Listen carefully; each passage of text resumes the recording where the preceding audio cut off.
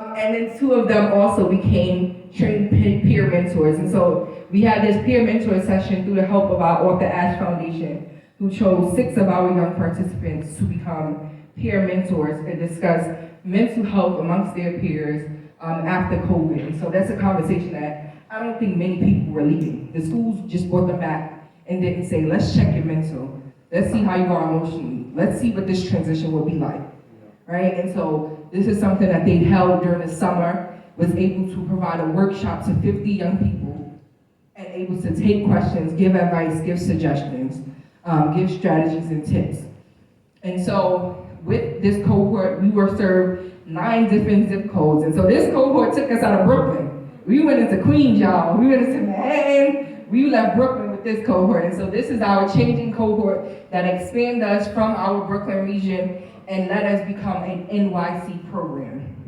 We are currently in our third male and second female cohort right now. Our participants are in their 5th week of programming. We have 12 young men and 20 young women. I want to say it's more than 20.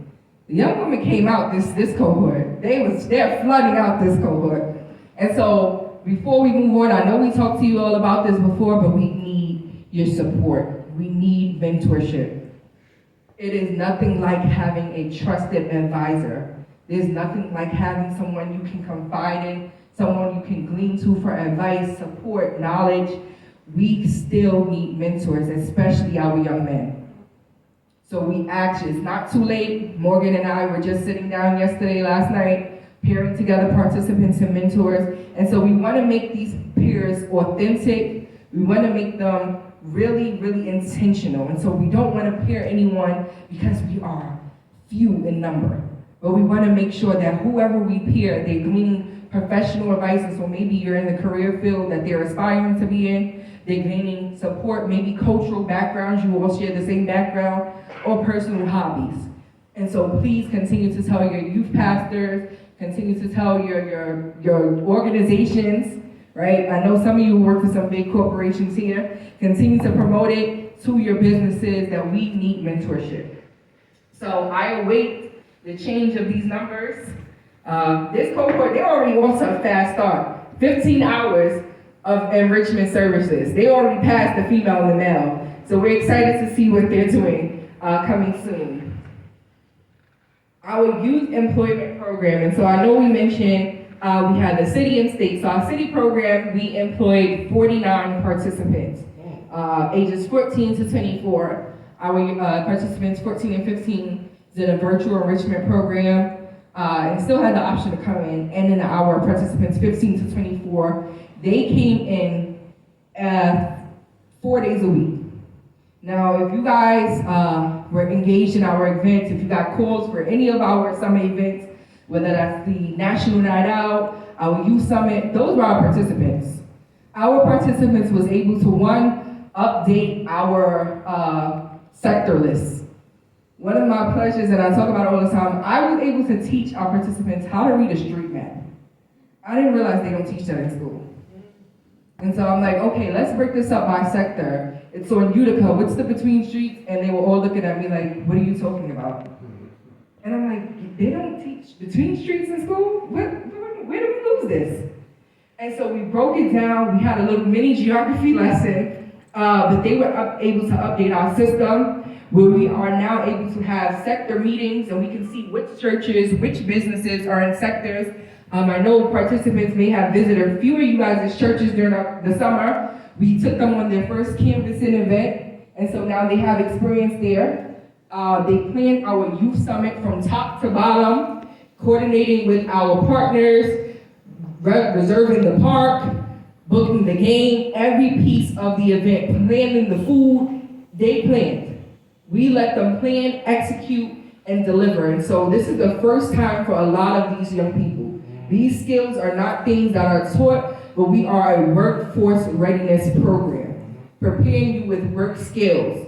This is the first time more than half of our participants has ever sent an email. Morgan and I talk about it all the time, like, all right, we gotta start from subject. Someone sent the email, it was no greeting. I'm like, can we say good morning, good afternoon, good evening first, right? And so sometimes we overlook, but if we're preparing our 18, 19, 20-year-old participants to go out into the workforce, these are things we gotta teach them to secure that interview. Before they even get to that person, we need to say, how do you follow up with them? How do you express interest? How do you make a copy? How do you express print?